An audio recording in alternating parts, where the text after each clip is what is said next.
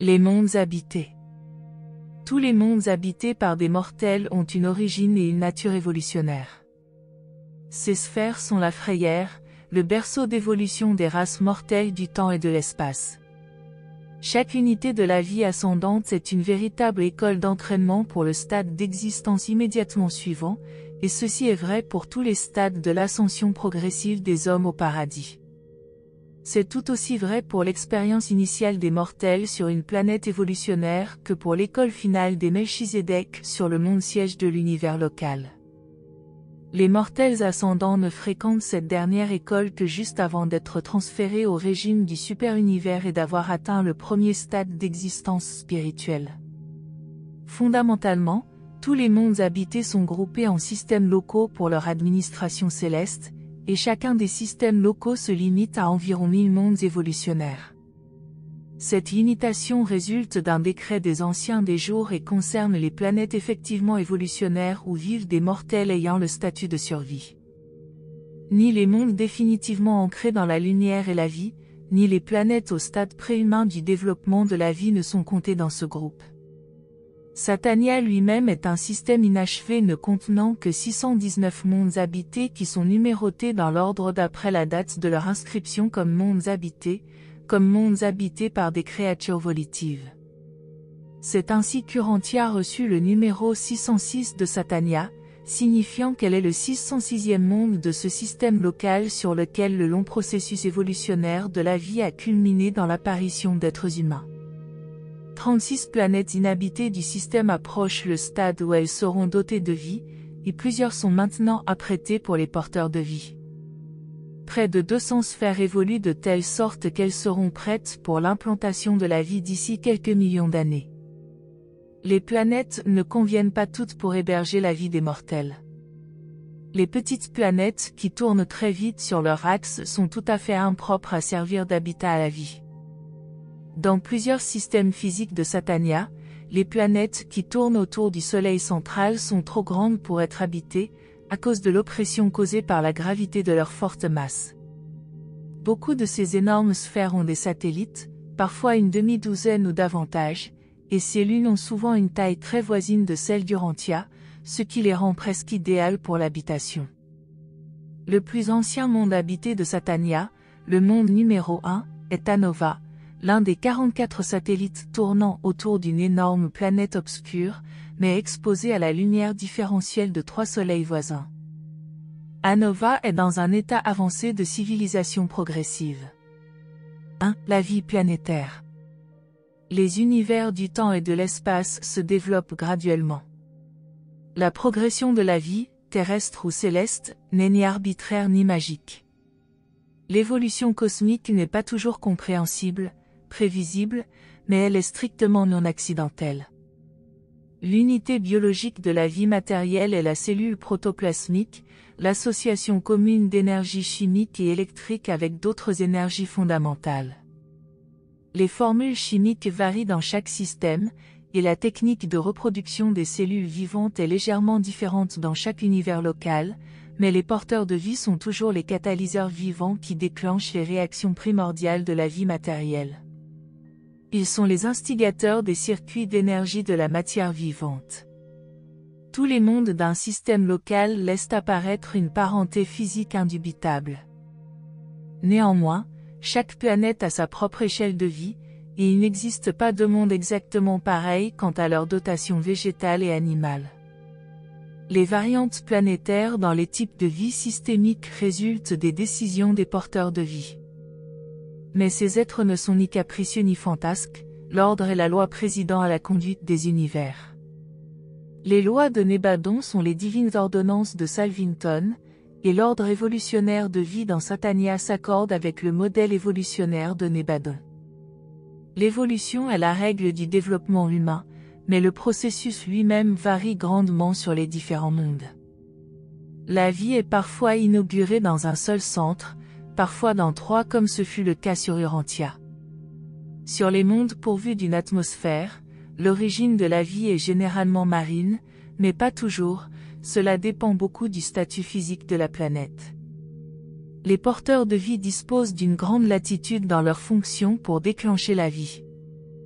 Dans le développement de la vie planétaire, la forme végétale précède toujours la forme animale, et le règne végétal est déjà pleinement développé avant que les modèles d'animaux ne se différencient. Tous les types d'animaux se développent à partir des modèles fondamentaux du précédent règne végétal des choses vivantes, ils ne sont pas organisés à part. Les stades initiaux de l'évolution de la vie ne sont pas entièrement conformes à votre point de vue du moment. L'homme mortel n'est pas un accident révolutionnaire. Il existe un système précis, une loi universelle, pour déterminer le déroulement du plan de la vie planétaire sur les sphères de l'espace. Le temps et la production d'un grand nombre de spécimens d'une espèce ne sont pas les influences dominantes. Les souris se reproduisent beaucoup plus vite que les éléphants, et cependant les éléphants évoluent plus vite que les souris. Le processus de l'évolution planétaire est ordonné et contrôlé. Le développement d'organismes supérieurs à partir de groupements vitaux plus modestes n'est pas accidentel. Le développement évolutionnaire, parfois, temporairement retardé par la destruction de certaines lignées favorables de plasma vital existant dans une espèce sélectionnée. Il faut souvent des âges pour réparer le dommage occasionné par la perte d'une seule lignée supérieure d'hérédité humaine. Une fois que ces lignées supérieures et sélectionnées de protoplasmes vivants ont fait leur apparition, on devrait les préserver jalousement et intelligemment. Et, sur la plupart des mondes habités, on accorde à ces potentiels supérieurs de vie une valeur bien plus grande que sur Urantia. 2. Type physique planétaire. Chaque système comporte un modèle standard et fondamental de vie animale et végétale. Mais les porteurs de vie sont souvent confrontés à la nécessité de modifier ces modèles fondamentaux pour les conformer aux conditions physiques variables qu'ils rencontrent sur les nombreux mondes de l'espace. Ils développent un type de créature mortelle généralisé dans le système, mais il existe 7 types physiques distincts ainsi que des milliers et des milliers de variantes mineures de ces 7 différenciations majeures. 1. Les types atmosphériques. 2. Les types élémentaux. 3. Les types gravitationnels. 4. Les types thermiques. 5. Les types électriques. 6. Les types énergétiques. 7. Les types non dénommés. Le système de Satania contient tous ces types et de nombreux groupes intermédiaires dont certains n'ont que de très rares représentants. 1. Les types atmosphériques. Les différences physiques entre les mondes habités par les mortels sont principalement déterminées par la nature de l'atmosphère. Les autres influences qui contribuent à la différenciation planétaire de la vie sont relativement mineures. Le statut atmosphérique qui prévaut présentement sur Urantia est à peu près idéal pour entretenir les hommes du type respirateur, mais on peut modifier ce type de manière à lui permettre de vivre sur les planètes superatmosphériques ou subatmosphériques. Ces modifications s'étendent aussi à la vie animale, qui est très différente sur les diverses sphères habitées. Les ordres animaux subissent des changements très importants sur les mondes subatmosphériques et superatmosphériques. Parmi les types de planètes atmosphériques de Satania, environ 2,5% sont des mondes de sous-respirateurs, 5% des mondes de super-respirateurs, et plus de 91% des mondes de respirateurs moyens, soit au total 98,5% des mondes de Satania. Les êtres semblables à ceux des races d'Urantia sont classés comme respirateurs moyens. Vous représentez l'ordre respiratoire moyen ou typique d'existence mortelle. Si des créatures intelligentes existaient sur une planète ayant une atmosphère semblable à celle de Vénus, votre plus proche voisine, elle appartiendrait au groupe super-respirateur, tandis que les habitants d'une planète ayant une atmosphère aussi raréfiée que celle de Mars, votre voisin extérieur, seraient appelés sous-respirateurs. Si des mortels habitaient une planète dépourvue d'air comme votre Lune, il appartiendrait à l'ordre distinct des non-respirateurs. Ce type représente une adaptation radicale ou extrême au milieu planétaire, et il est étudié séparément. Les mondes des non-respirateurs représentent le 1,5% restant des mondes de Satania. 2. Les types élémentaux. Ces différenciations se rapportent aux relations des mortels avec l'eau, l'air et la terre, et il y a 4 espèces distinctes de vie intelligente selon leur relation avec leur habitat. Les races d'Urantia appartiennent à l'ordre terrestre. Il vous est tout à fait impossible d'imaginer l'environnement qui prévaut durant les âges primitifs de certains mondes. Ces conditions insolites obligent la vie animale en évolution à rester dans son habitat marin pendant de plus longues périodes que sur les planètes qui offrent de très bonne heure un milieu à la fois terrestre et atmosphérique hospitalier. Par contre, sur certains mondes d'êtres super-respirateurs, et quand la planète n'est pas trop grande, il est parfois opportun d'introduire un type humain capable de traverser aisément l'atmosphère. Ces navigateurs aériens apparaissent quelquefois entre le groupe aquatique et le groupe terrestre. Ils vivent toujours, dans une certaine mesure, sur le sol et finissent par devenir des terriens. Mais, sur certains mondes, ils continuent pendant des âges à voler même après avoir acquis le type terrien.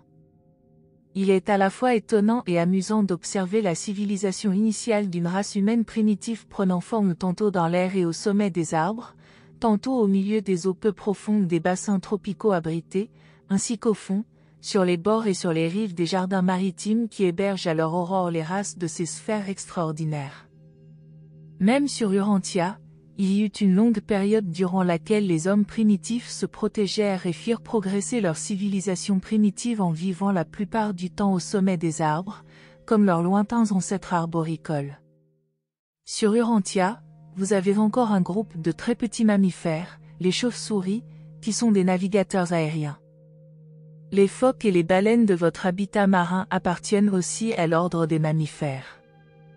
Parmi les types élémentaux de Satania, 7% sont aquatiques, 10% aériens, 70% terrestres, et 13% de type combiné aéroterrestre. Mais ces dernières variantes de créatures intelligentes primitives ne sont ni des hommes-poissons ni des hommes-oiseaux. Elles représentent des types humains et préhumains qui ne sont ni des super-poissons ni des oiseaux glorifiés, mais nettement des mortels. 3. Les types gravitationnels. Par modification du modèle créatif, des êtres intelligents sont bâtis de manière à pouvoir fonctionner librement sur des sphères plus petites ou plus grandes qu'Urantia. Ils se trouvent ainsi adaptés dans la mesure voulue à la gravité des planètes dont la grosseur et la densité ne sont pas idéales. La taille des divers types planétaires de mortels est variable. Dans Nébadon, la moyenne est un peu au-dessous de 2,10 m. Quelques-unes des plus grosses planètes sont peuplées d'êtres mesurant seulement 75 cm. La stature des mortels s'échelonne depuis ce minimum jusqu'à 3 mètres sur les plus petites sphères habitées, en passant par la taille intermédiaire sur les planètes de grosseur moyenne. Dans Satania, il n'existe qu'une race ayant moins d'1,20 m. Parmi les mondes de Satania, 20% sont peuplés de mortels du type gravitationnel modifié. Ils habitent les plus grosses et les plus petites planètes. 4. Les types thermiques. Il est possible de créer des êtres vivants capables de résister à des températures beaucoup plus élevées et beaucoup plus basses que la zone de vie des races d'Urantia. Si l'on classe les êtres d'après leur mécanisme thermorégulateur, ils se divisent en 5 catégories distinctes. Dans cette échelle, les races d'Urantia portent le numéro 3. 30% des mondes de Satania sont peuplés de races des types thermiques modifiés, dont 12% appartiennent aux zones de haute température, et 18% à celles de basse température. Par comparaison, les Urantiens se placent dans le groupe des températures moyennes. 5. Les types électriques. Le comportement électrique, magnétique et électronique des mondes varie considérablement. Il existe 10 modèles de vie mortels diversement façonnés pour résister à l'énergie différentielle des sphères. Ces 10 variétés réagissent aussi de manière légèrement différente aux rayons chimiques de la lumière solaire ordinaire.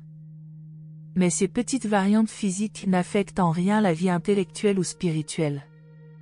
Parmi les groupements électriques de vie mortelle, près de 23% appartiennent à la 4e classe, celle du type urantien d'existence.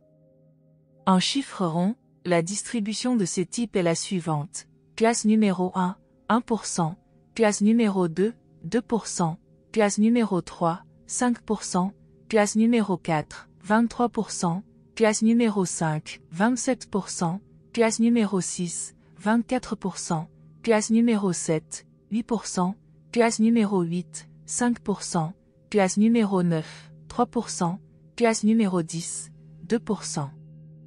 6. Les types énergétiques. Les mondes ne sont pas tous semblables dans leur manière d'absorber l'énergie. Les mondes habités n'ont pas tous un océan atmosphérique comme celui d'Urantia, convenant à l'échange de gaz respiratoires. Sur beaucoup de planètes à leur stade initial ou à leur stade final, des êtres de votre ordre ne pourraient pas exister.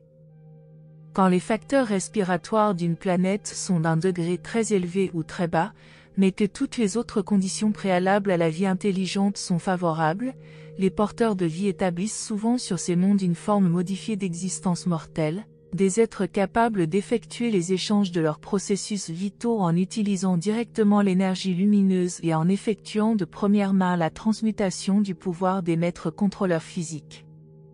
Il existe 6 types différents de nutrition animale et humaine.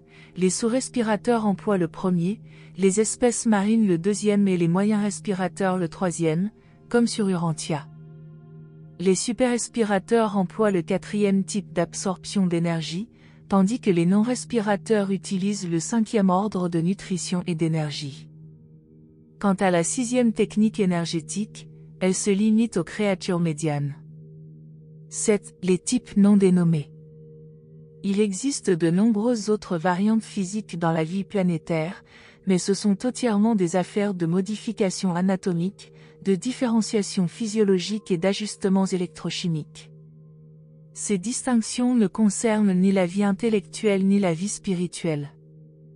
3. Les mondes des non-respirateurs. La majorité des planètes habitées est peuplée d'êtres intelligents du type respirateur. Mais il existe aussi des ordres de mortels capables de vivre sur des mondes ayant très peu d'air ou même pas du tout. Moins de 7% des planètes habitées d'Orvonton sont de cette espèce. Dans Nébadon, ce pourcentage descend au-dessous de 3. Dans tout Satania, il n'y a que 9 mondes de cet ordre. Si les mondes du type non-respirateur sont aussi rares dans Satania, cela tient à ce que cette section de Norlasiadek fut organisée assez récemment et abonde encore en corps spatio-météoriques, et les mondes sans atmosphère de friction protectrice sont sujets à un bombardement incessant de ces vagabonds. Même quelques comètes consistent en essaims de météores, mais en règle générale elles sont de petits corps de matière disloqués. Des millions et des millions de météorites pénètrent quotidiennement l'atmosphère d'Urantia et arrivent à une vitesse de l'ordre de 320 km par seconde. Sur les mondes où l'on ne respire pas, les races évoluées doivent beaucoup se protéger des dommages météoriques en établissant des installations électriques qui consument ou détournent les météores. De grands dangers les menacent quand elles s'aventurent au-delà des zones protégées. Ces mondes sont également sujets à de désastreux orages électriques, d'une nature inconnue sur Urantia. Pendant ces moments de formidables fluctuations énergétiques, les habitants doivent se réfugier dans leur construction spéciale d'isolement protecteur. La vie sur les mondes des non-respirateurs est radicalement différente de celle qui prévaut sur Urantia. Les non-respirateurs n'absorbent pas de nourriture et ne boivent pas d'eau comme les races d'Urantia. Les réactions du système nerveux, le mécanisme régulateur de température et le métabolisme de ces peuples spécialisés sont radicalement différents de ces mêmes fonctions chez les mortels d'Urantia. À peu près tous les actes de la vie, sauf la reproduction, s'effectuent autrement, et même les méthodes de procréation sont quelque peu différentes. Sur les mondes de non-respiration, les espèces animales sont radicalement dissemblables de celles des planètes atmosphériques.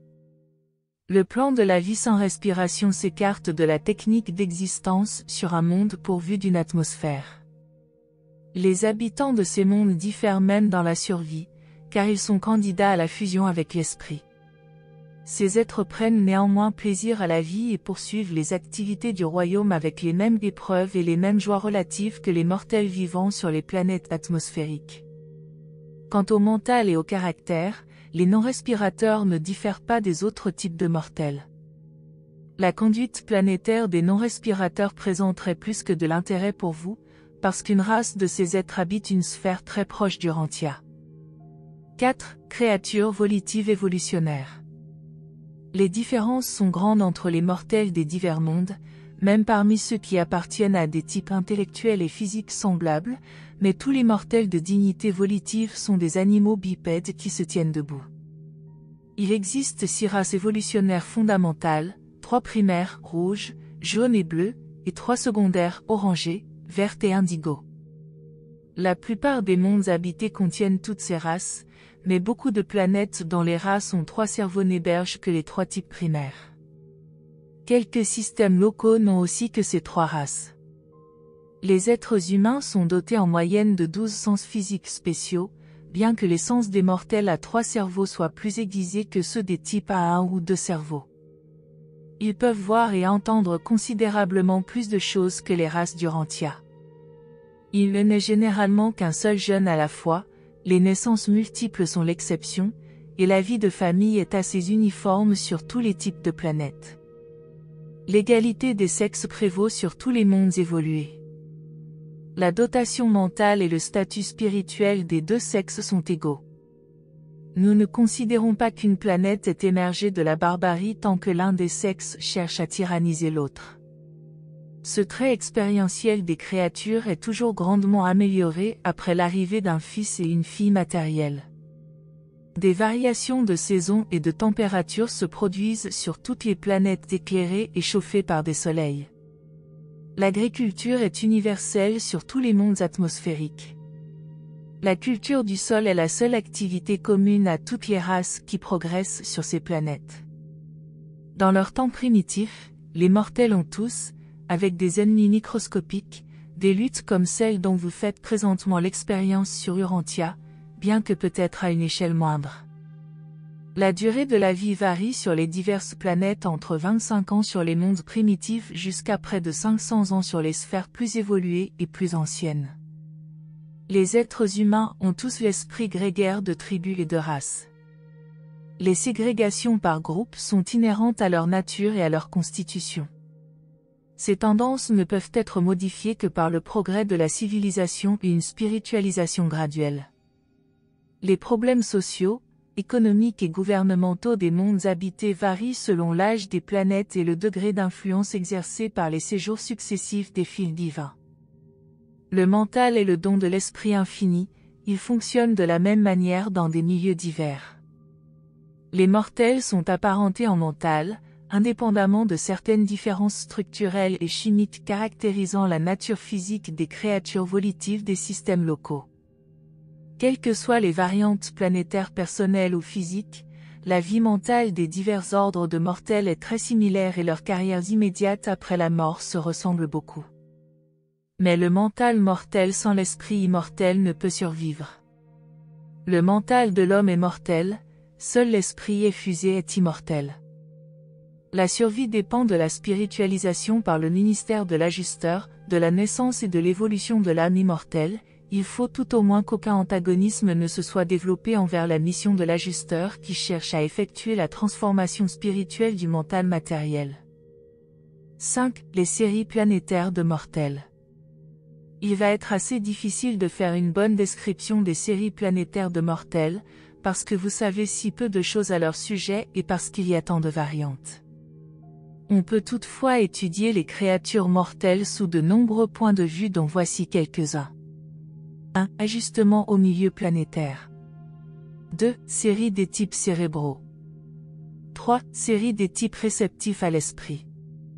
4. Époque planétaire des mortels. 5. Série des créatures apparentées. 6. Série à fusion d'ajusteurs. 7. Technique d'évasion terrestre. Les sphères habitées des 7 super-univers sont peuplées de mortels qui se classent simultanément dans une ou plusieurs catégories de ces classes générales de la vie des créatures évolutionnaires. Mais ces classifications générales elles-mêmes ne tiennent compte ni d'êtres tels que les mytsonitaires, ni de certaines autres formes de vie intelligentes. Les mondes habités tels qu'ils ont été présentés dans ces exposés sont peuplés de créatures mortelles évolutionnaires, mais il existe d'autres formes de vie. 1. Ajustement au milieu planétaire.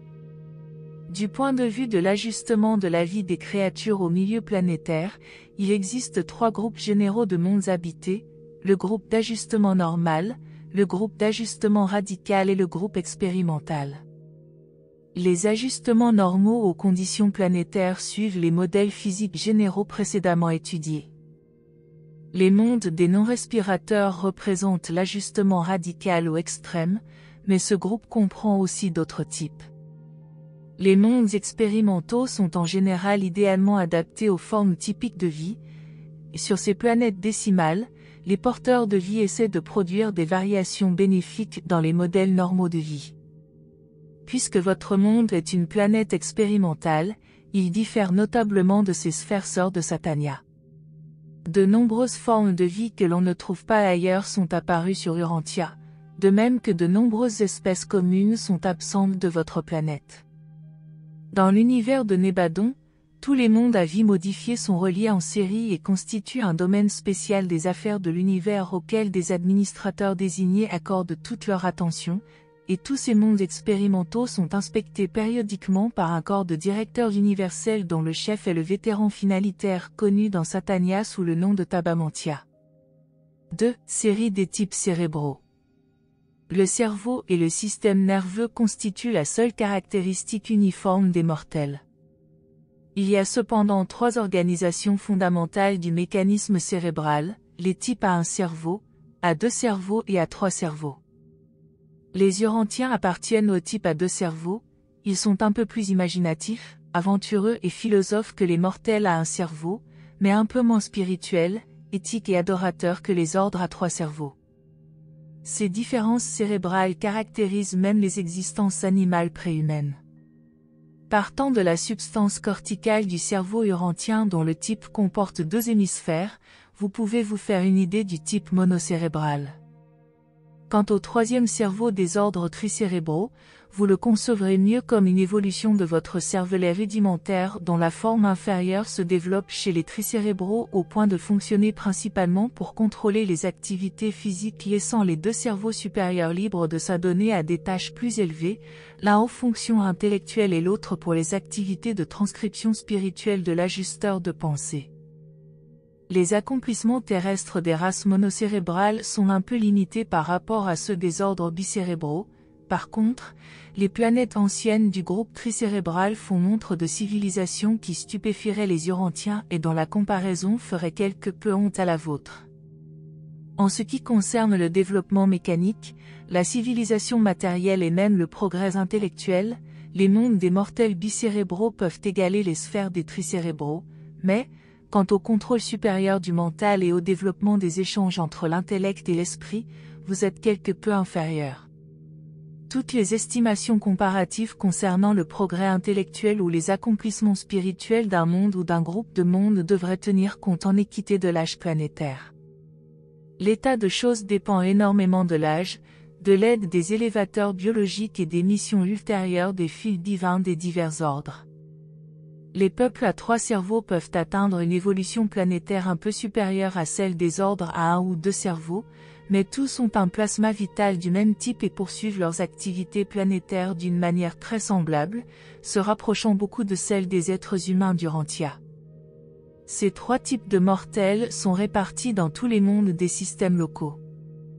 Dans la majorité des cas, les conditions planétaires ont eu très peu d'influence sur les décisions des porteurs de vie qui projetaient ces ordres variés de mortels sur les divers mondes.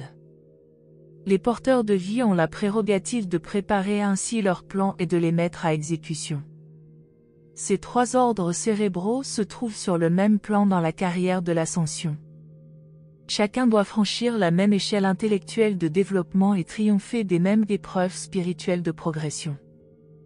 L'administration systémique de ces différents mondes et leur super-contrôle par la constellation sont uniformément libres de discrimination, même les régimes des princes planétaires sont identiques.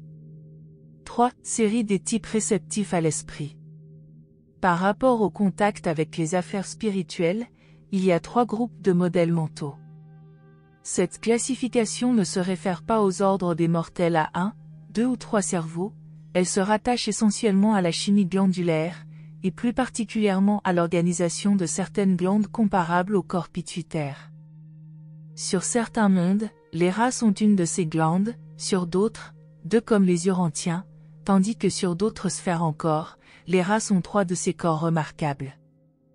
L'imagination naturelle et la réceptivité spirituelle sont nettement influencées par cette dotation chimique différentielle. Parmi les types réceptifs à l'esprit, 65% appartiennent au deuxième groupe comme les urantiens, 12% sont du premier type, naturellement moins réceptifs, tandis que 23% sont plus enclins à la spiritualité durant la vie terrestre. Mais ces distinctions ne survivent pas à la mort naturelle, toutes ces différences raciales ne concernent que la vie dans la chair. 4. Époque planétaire des mortels. Cette classification reconnaît la succession des dispensations temporelles en ce qu'elles affectent le statut terrestre des hommes et leur réception du ministère céleste. La vie est déclenchée sur les planètes par les porteurs de vie, ils surveillent son développement pendant un certain temps après l'apparition évolutionnaire de l'homme mortel. Avant de quitter une planète, les porteurs de vie installent dûment un prince planétaire comme dirigeant du royaume. Avec ce dirigeant arrive un plein contingent d'auxiliaires subordonnés et d'aides tutélaires, et le premier jugement des vivants et des morts coïncide avec son arrivée. Avec l'émergence de groupements humains, arrive le prince planétaire pour inaugurer la civilisation humaine et focaliser la société humaine. Votre monde de confusion n'est pas un critère des premiers temps du règne des princes planétaires, car ce fut au commencement de son administration sur Urantia que Caligastia, votre prince planétaire, lia son sort à la rébellion de Lucifer, le souverain du système. Depuis lors, votre planète a toujours suivi une carrière orageuse. Sur un monde évolutionnaire normal, le progrès racial atteint son apogée biologique naturel durant le régime du prince planétaire. Peu après, le souverain systémique dépêche un fils et une fille matériels sur cette planète. Ces êtres importés ont la fonction d'élévateur biologique. Leur défaillance sur Urantia a compliqué encore davantage l'histoire de votre planète. Quand le progrès intellectuel et éthique d'une race humaine a atteint les limites du développement évolutionnaire, un fils avonal paradisiaque vient en mission magistrale. Et, plus tard, quand le statut spirituel de ce monde approche de la limite de son aboutissement naturel, la planète reçoit la visite d'un fils d'effusion du paradis. La mission principale d'un fils d'effusion consiste à établir le statut planétaire, à donner libre essor à l'esprit de vérité pour qu'il fonctionne à l'échelle planétaire, et à assurer ainsi l'arrivée universelle des ajusteurs de pensée. Là encore, Urantia n'est pas dans la norme. Il n'y a jamais eu de mission magistrale sur votre monde, et votre fils d'effusion n'appartenait pas à l'ordre des Avonales. Votre planète a joui de l'honneur insigne de devenir la planète domicile de mortels du Fils souverain, Michael de Nébadon. Comme suite au ministère de tous les ordres successifs de filiation divine, les mondes habités et leurs races progressives commencent à s'approcher de l'apogée de l'évolution planétaire. De tels mondes deviennent alors mûrs pour la mission culminante, l'arrivée des fils instructeurs de la Trinité. Cette époque des fils instructeurs est le prélude de l'âge planétaire final, de l'utopie évolutionnaire, l'âge de lumière et de vie. Cette classification des êtres humains sera reprise avec un soin particulier dans un fascicule ultérieur. 5. Série de créatures apparentées. Les planètes ne sont pas seulement organisées verticalement en systèmes, constellations, et ainsi de suite. L'administration universelle pourvoit aussi à des groupements horizontaux selon les types, les séries et d'autres relations. Cette administration latérale de l'univers s'occupe plus particulièrement de coordonner les activités de nature apparentée qui ont été entretenues indépendamment sur des sphères différentes. Ces classes reliées de créatures de l'univers sont périodiquement inspectées par un corps composite de hautes personnalités présidées par des finalitaires ayant une longue expérience. Ces facteurs de parenté sont manifestes sur tous les niveaux, car les séries apparentées existent aussi bien parmi les personnalités non humaines que parmi les créatures mortelles, et même entre ordres humains et suprahumains. Les êtres intelligents sont groupés verticalement en 12 grands groupes de cette division majeure chacun. La coordination de ces groupes d'êtres vivants reliés d'une manière unique est probablement effectuée par une technique de l'être suprême que nous ne comprenons pas entièrement. 6. Série à fusion d'ajusteurs. La classification spirituelle, ou groupement de tous les mortels durant leur expérience précédant la fusion, est entièrement déterminée par la relation entre le statut de la personnalité et le moniteur de mystère qui l'habite.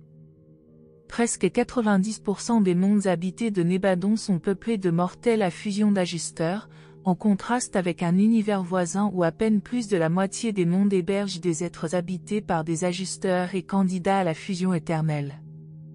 Cette technique pour s'évader de la Terre. Pour inaugurer une vie humaine individuelle sur les mondes habités, il n'existe qu'une technique fondamentale, la procréation par des créatures et la naissance naturelle, mais il existe de nombreuses techniques par lesquelles l'homme échappe à son statut terrestre et accède au courant centripète des ascendeurs du paradis. 6. Évasion terrestre. Les différents types physiques et séries planétaires de mortels bénéficient tous pareillement du ministère des ajusteurs de pensée, des anges gardiens et des divers ordres de la foule des messagers de l'Esprit infini. Tous sont pareillement libérés des liens charnels grâce à l'émancipation par la mort naturelle, et tous vont pareillement de là au monde morontiel d'évolution spirituelle et de progrès mental. De temps en temps, sur la proposition des autorités planétaires ou des dirigeants du système, des résurrections spéciales de survivants endormis ont lieu. Ces résurrections se produisent au moins tous les 1000 ans du temps planétaire lorsque beaucoup de ceux qui dorment dans la poussière se réveillent, mais pas tous. Ces résurrections particulières donnent l'occasion de mobiliser des groupes spéciaux d'ascendeurs pour des services spécifiques dans le plan d'ascension des mortels de l'univers local.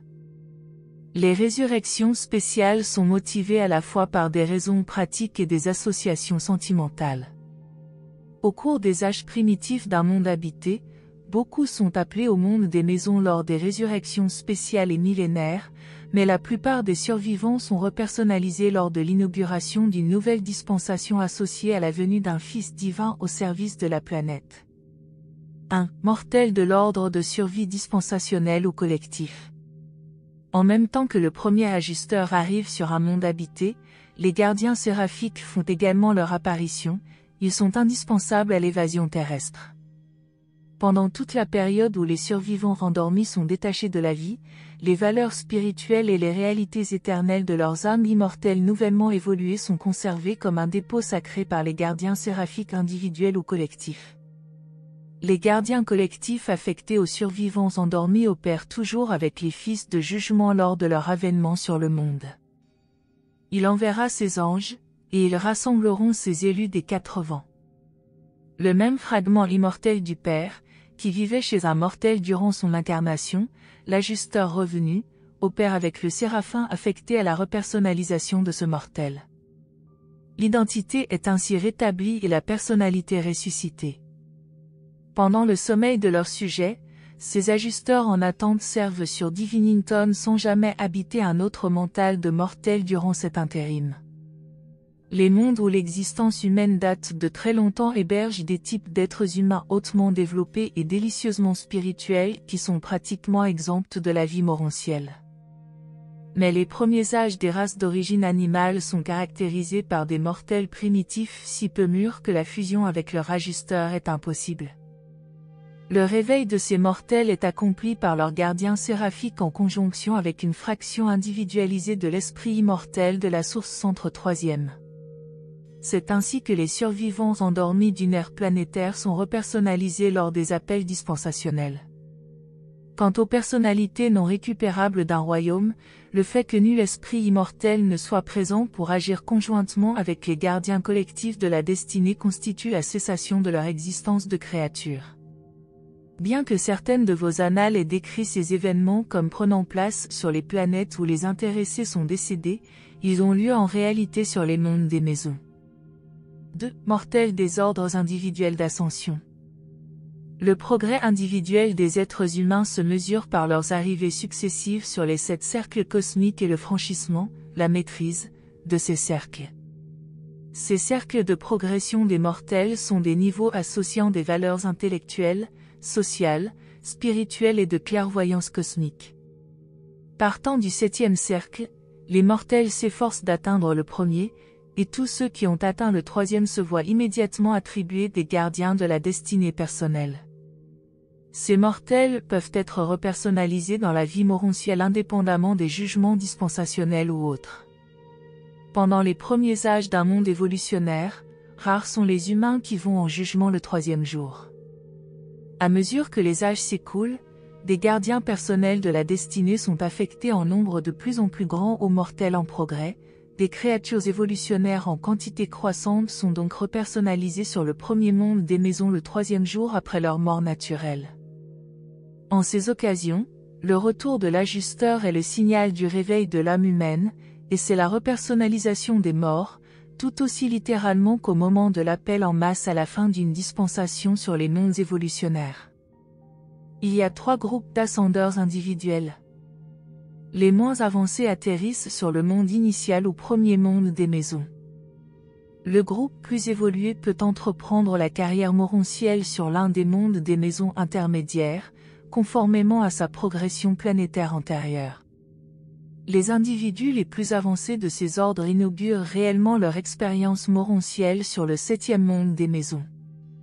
3. Mortel dans l'ascension est subordonné à des épreuves. Aux yeux de l'univers, l'arrivée d'un ajusteur constitue l'identité, et tous les êtres habités par un ajusteur figurent sur les listes d'appels de la justice. Mais la vie temporelle sur les mondes évolutionnaires est incertaine, et beaucoup d'humains meurent jeunes avant d'avoir choisi la carrière du paradis. Ces enfants et jeunes gens habités par un ajusteur suivent celui de leurs parents dont le statut spirituel est le plus avancé et vont donc sur le monde finalitaire du système, la nurserie probatoire, le 3e jour, ou lors d'une résurrection spéciale, ou encore lors des appels nominaux réguliers millénaires et des dispensations.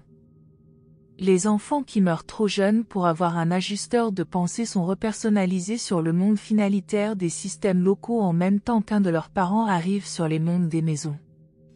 Un enfant acquiert son entité physique lors de sa naissance terrestre, mais, en matière de survie, tous les enfants dépourvus d'ajusteurs sont comptés comme encore attachés à leurs parents.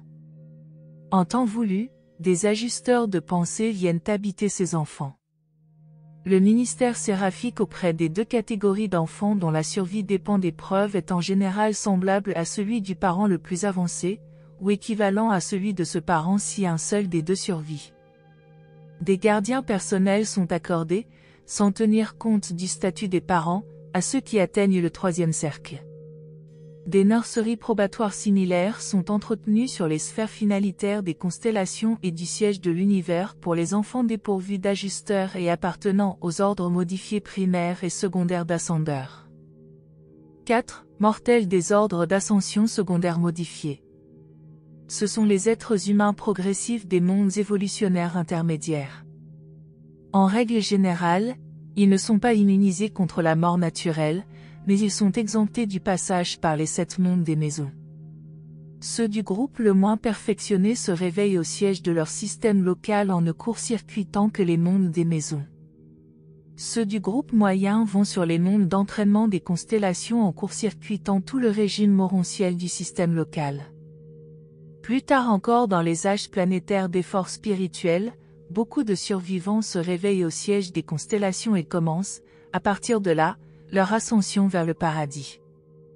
Avant toutefois que les membres de ces groupes puissent avancer, il faut qu'ils retournent comme éducateurs sur les mondes qu'ils ont court-circuités comme étudiants, et y acquièrent beaucoup d'expérience comme instructeurs.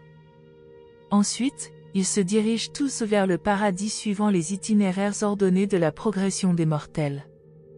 5. Mortels de l'ordre d'ascension primaire modifié. Ces mortels appartiennent au type de vie évolutionnaire à fusion d'ajusteurs, mais représentent le plus souvent les phases finales du développement humain sur un monde en évolution. Ces êtres glorifiés sont dispensés de passer par les portes de la mort, ils sont soumis à l'emprise du Fils, ils sont transférés de chez les vivants et paraissent immédiatement en présence du Fils souverain au siège de l'univers local. Ils sont les mortels qui ont fusionné avec leur ajusteur durant la vie mortelle, et ces personnalités fusionnées avec l'ajusteur traversent librement l'espace avant d'être revêtues de formes morontielles.